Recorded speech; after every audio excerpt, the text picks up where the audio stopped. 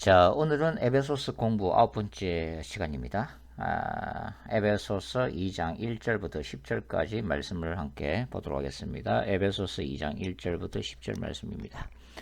너희의 허물과 죄로 죽었던 너희를 살리셨도다. 그때 너희가 그 가운데서 행하여 이 세상 풍속을 쫓고 공중의 권세 잡은 자를 따랐으니 곧 지금 불순종의 아들들 가운데 역사하는 영이라. 3절 전에는 우리도 다 그 가운데서 우리 육체 욕심을 따라 지내며 육체와 마음에 원하는 것을 하여 다른 이들과 같이 본질상 진노의 자녀였더니 긍휼에 풍성하신 하나님이 우리를 사랑하신 그 큰 사랑을 인하여 허물로 죽은 우리를 그리스도와 함께 살리셨고 너희가 은혜로 구원을 얻은 것이라. 6절 말씀 또 함께 일으키사 그리스도 예수 안에서 함께 하늘에 앉히시니 이는 그리스도 예수 안에서 우리에게 자비하심으로써 그 은혜의 지극히 풍성함을 오는 여러 세대에 나타내려 하심이니라. 너희가 그 은혜를 인하여 믿음으로 말미암아 구원을 얻었나니 이것이 너희에게서 난 것이 아니요 하나님의 선물이라. 9절 말씀 행위에서 난 것이 아니니 이는 누구든지 자랑치 못하게 함이니라. 10절 우리는 그의 만드신 바라 그리스도 예수 안에서 선한 일을 위하여 지으심을 받은 자니 이 일은 하나님이 전에 예비하사 우리로 그 가운데서 행하게 하려 하심이니라. 아멘. 자, 바울에 따르면 이 에베소스의 수신자들, 즉 에베소스의 신자들은 어떤 사람이었다고 지금 고백하고 있습니까? 1절 말씀 너희의 허물과 죄로 죽었던 너희라고 기록을 해놓고 있죠. 자, 허물들과 죄들은 복수형으로 기록이 되어 있습니다. 그러니까 이 복수형으로 기록되었다는 의미는 어떤 의미죠? 바울이 좀 무슨 얘기를 하고 싶은가요? 그들이 즉 에베소 신자들이 과거에 숱한 죄악 가운데 걸으며 수많은 죄악들의 늪 속에 깊이 침몰되었던 삶을 살았다는 것을 강조하고 있는 그런 표현입니다. 자, 에베소의 수신자들은 1세기 로마 세계, 특별히 그 에베소스를 중심으로 하는 그 시대의 타락한 문화 속에서 살았던 사람들이죠. 그러한 시대적인 쾌락 문화를 향유하면서 즐겼던 그런 사람들이었습니다. 그것은 3절 말씀에 따르면 어떤 의미로도 통해요. 3절 말씀 전에는 우리도 다 그 가운데서 우리 육체의 욕심을 따라 지내며 육체와 마음에 원하는 것을 하여 다른 이들과 같이 본질상 진노의 자녀였다. 이렇게 기록을 해놓고 있죠. 그러니까 인간의 욕심을 따라서 자기 중심적으로 사는 삶이었다는 것을 지금 말하고 있는 것입니다. 자, 우리가 에베소스의 배경 연구에서 함께 공부를 했었죠. 자, 이 에베소를 중심으로 하는 이 로마 세계는 어떤 시대였어요?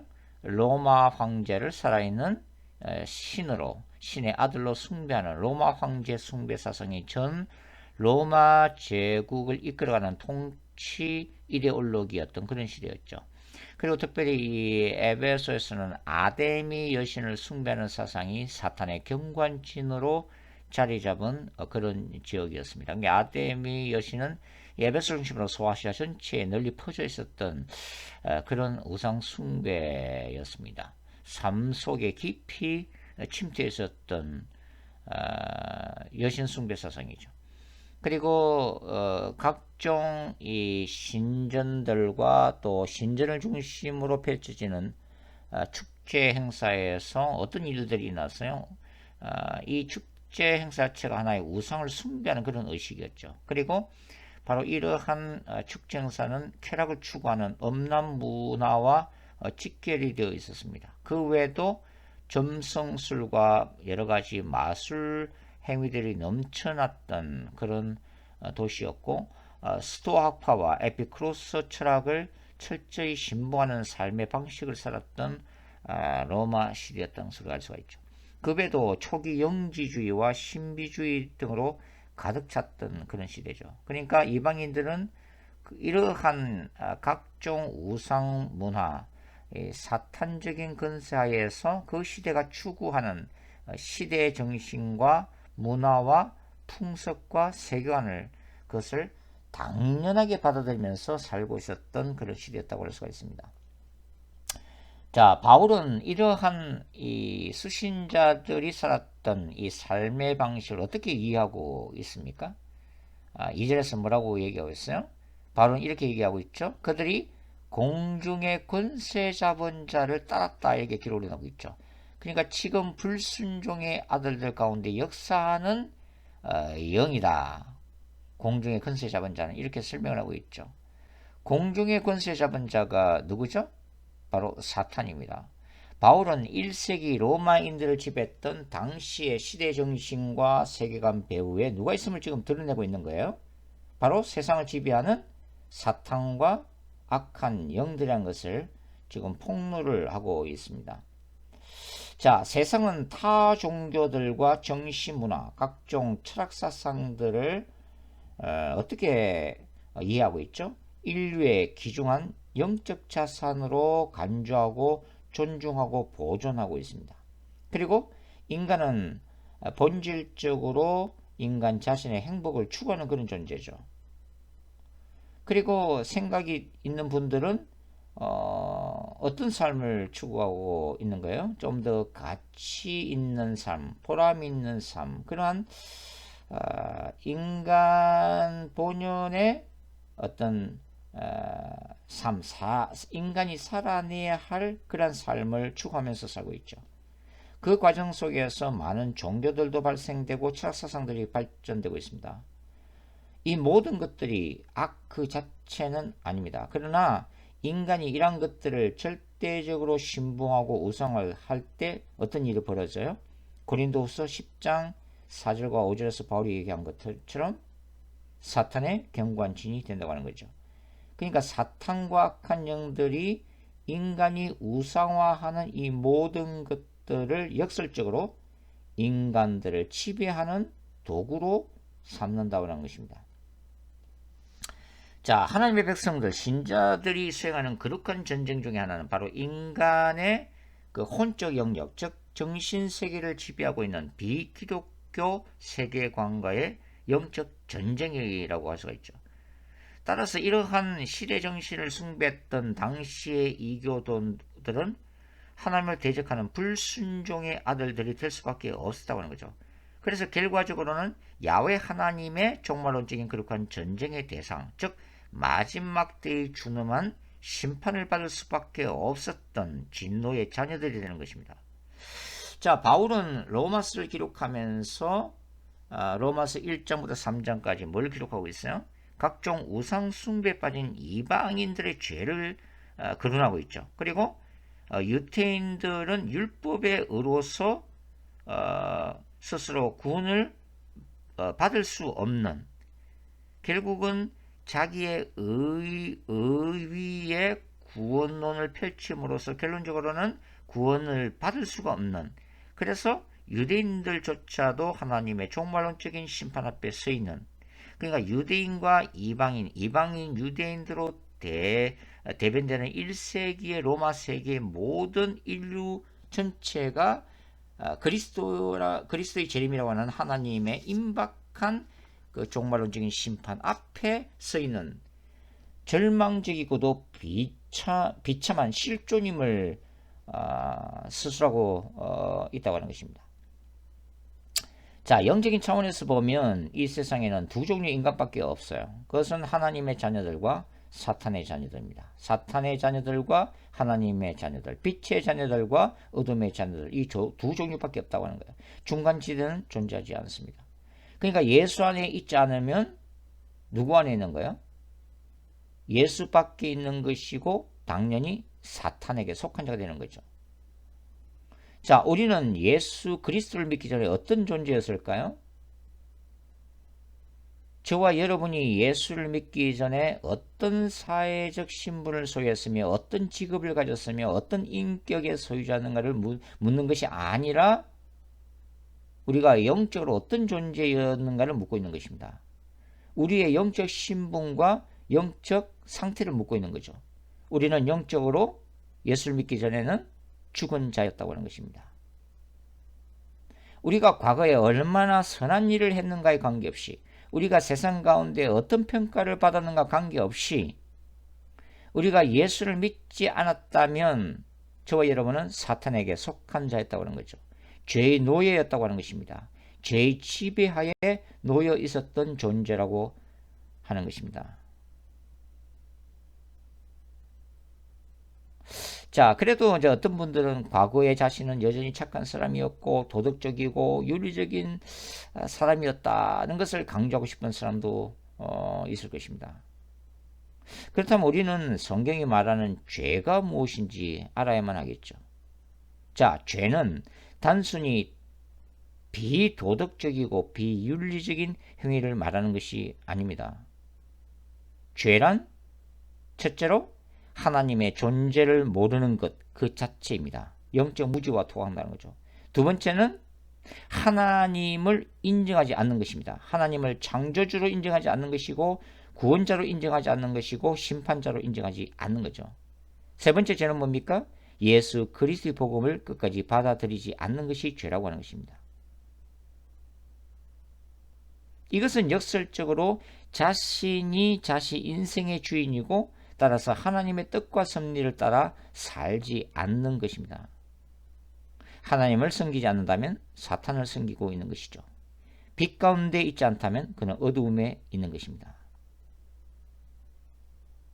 우리는 예수를 믿기 전에 하나님께서 행하실 종말론적인 불의 심판을 받을 수밖에 없었던 비참한 죄인이었다고 하는 것입니다. 자, 이번에는 두 번째 단락을 함께 공부를 해 보도록 하겠습니다. 4절부터 7절 말씀인데요. 4절부터 7절 말씀. 다시 한번 읽어볼까요? 4절부터 7절. 긍휼에 풍성하신 하나님이 우리를 사랑하신 그 큰 사랑을 인하여 5절 허물로 죽은 우리를 그리스도와 함께 살리셨고 너희가 은혜로 구원을 얻은 것이라. 6절 또 함께 일으키사 그리스도 예수 안에서 함께 하늘에 앉으시니. 7절 이는 그리스도 예수 안에서 우리에게 자비하심으로써 그 은혜의 지극히 풍성함을 오는 여러 세대에 나타내려 하심이니라. 자, 우리는 지금 어디에 있는가 하는 것입니다. 자, 4절이 앞의 내용과 대조를 이루는 헬라 주석사 대로 시작되고 있음을 주목할 필요가 있습니다. but, 그러나이죠. 그러나. 자, 하나님의 진노의 심판대 앞에 설 수밖에 없었던 죄인들에게 역설적으로 하나님의 풍성하신 사랑과 긍휼이 찾아왔다고 하는 것입니다. 바로 예수 그리스도의 복음이죠. 이 복음으로 인해서 사탄의 나라에 속했던 이방인들에게 어떤 변화가 일어났어요? 아들 예수의 나라로 옮겨지는 기적이 일어났다고 하는 것입니다. 통치권의 변화가 일어난 것이죠.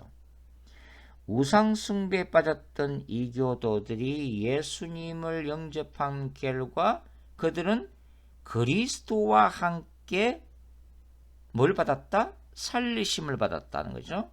그리스도와 함께 어떻게 되었다? 일으킴을 받았다고 하는 것입니다. 그리스도와 함께 어떤 일이 벌어졌어요? 하늘에 앉혀지는 역사가 일어났다고 하는 것입니다. 자, 바울은 로마서 6장에서 신자는 그리스도와 함께 십자가에 죽었으며 그리스도와 함께 하나님을 향하여 살았다라고 설명하고 있죠. 요약하면 신자는 그리스도의 십자가의 죽음과 부활, 성천과 승계 과정에 함께 동참하는 것입니다. 하나님이 이런 사랑을 보여주신 이유가 뭐라고요? 7절에 오가는 모든 세대에 그 은혜의 풍성함을 드러내기 위해서라고 바울은 기록을 해놓고 있습니다. 자, 불신자들이 이제는 사탄과 죄의 노예였던 신분으로부터 해방되어 주 예수의 하늘 보좌에 함께 앉아있는 존귀한 자들이 되었다고 하는 것입니다. 굉장히 드라마틱한 역전의 역사가 일어난 거죠. 사탄의 종이었던 자들이 과거에 스스로 사탄의 권세로부터 구원을 받을 수는 없습니다. No, never이죠. 불신자들이 사탄으로부터 자유함을 얻은 것은 악의 권세들까지도 그 절대적인 권위에 순종할 수밖에 없는 예수의 이름과 권세 때문인 것입니다. 지금도 마찬가지예요. 자, 무속인들이 스스로 신병으로부터 해방될 수 있을까요? 많은 사람들이, 연예인들을 포함해서 신병 때문에 무속인이 된 사람들이 많죠. 무당이 된 사람들이 많습니다. 스스로의 힘으로 벗어날 수 없었기 때문에 굴복한 거죠. 자, 스님들이 그들이 평생을 바쳐 수행하고 이 소유했던 불교적인 세계관과 철학으로부터 스스로 자유로울 수가 있을까요? 없습니다. 자, 뉴에이지 운동가들이 그것의 영적 실체를 스스로 깨달을 수 있을까요? 없습니다. 타 종교인들이 스스로 그 종교의 굴레로부터 해방되어 참된 진리인 예수를 만날 수가 있을까요? 없습니다.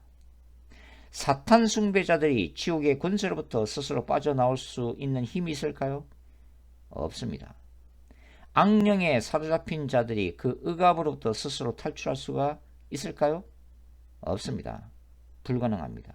자, 그렇다면 이들이 해방될 수 있는 방법이 뭐예요? 사탄의 권세로부터 빠져나올 수 있는 방법이 뭘까요?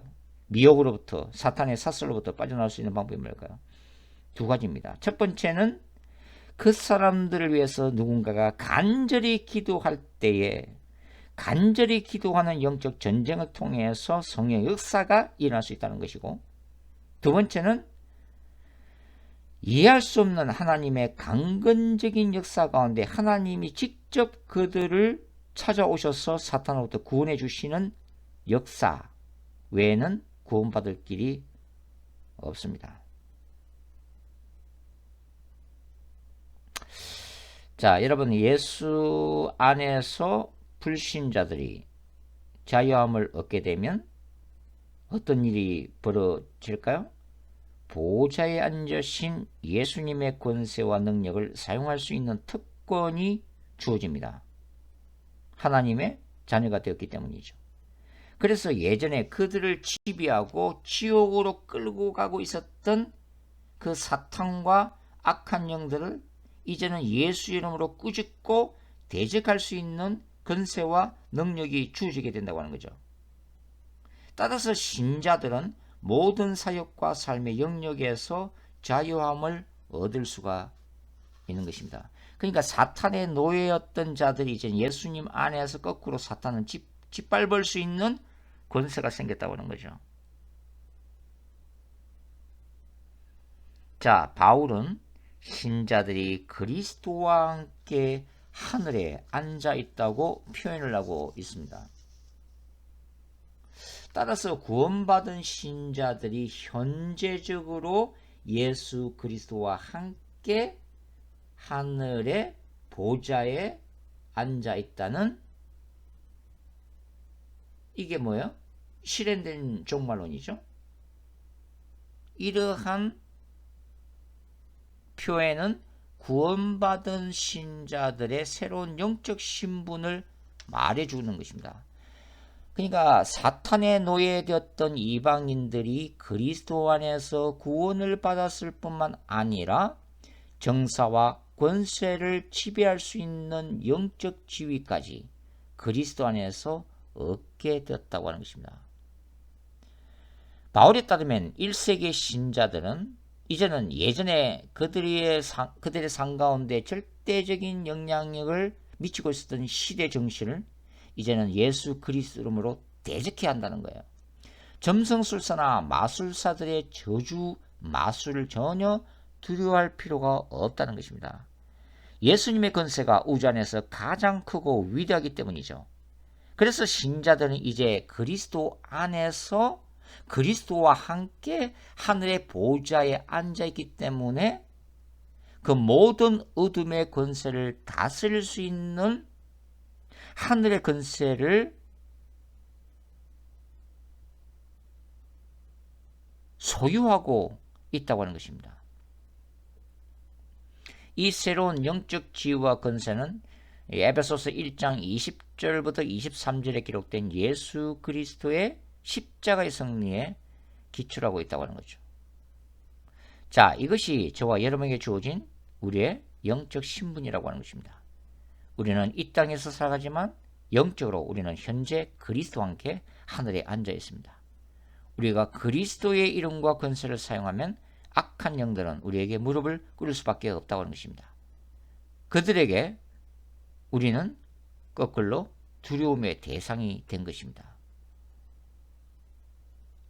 그래서 우리는 지금도 악한 영들에게 결박되고 미혹되고 고통당하고 눈물 흘리는 수많은 영혼들을 복음 안에 있는 능력을 통해 그들을 사탄으로부터, 사탄의 미혹으로부터, 사탄의 속박으로부터, 지옥의 권세로부터 해방시킬 수 있는 능력을 소유하고 있다고 하는 것입니다. 자, 이제 마지막 세 번째 단락 한번 공부를 해보도록 하겠습니다. 8절부터 10절까지죠. 8절 말씀. 너희가 그 은혜를 인하여 믿음으로 말미암아 구원을 얻었나니 이것이 너희에게서 난 것이 아니요 하나님의 선물이라. 행위에서 난 것이 아니니 이는 누구든지 자랑치 못하게 함이니라. 우리는 그의 만드신 바라 그리스도 예수 안에서 선한 일을 위하여 지으심을 받은 자니 이 일은 하나님이 전에 예비하사 우리로 그 가운데서 행하게 하려 하심이니라. 자, 불신자가 구원을 받은 것은 무엇 때문이죠? 하나님의 은혜 때문입니다. 예수를 믿는 인간의 그 자유 의지와 믿음조차도 하나님의 은혜에 기초한 것이라고 바울은 설명을 하고 있습니다. 따라서 우리가 예수님에 대한 믿음을 가지는 것조차 우리의 의로 삼으려는 어설픈 시도조차 바울은 미리 차단하고 있는 것을 우리가 볼 수가 있는 거죠. 우리가 자랑할 것이 전혀 없다라고 바울은 강조를 하고 있습니다. 하나님의 은혜는 인간이 구원을 받게 된 동기이자 원인이 되는 거죠.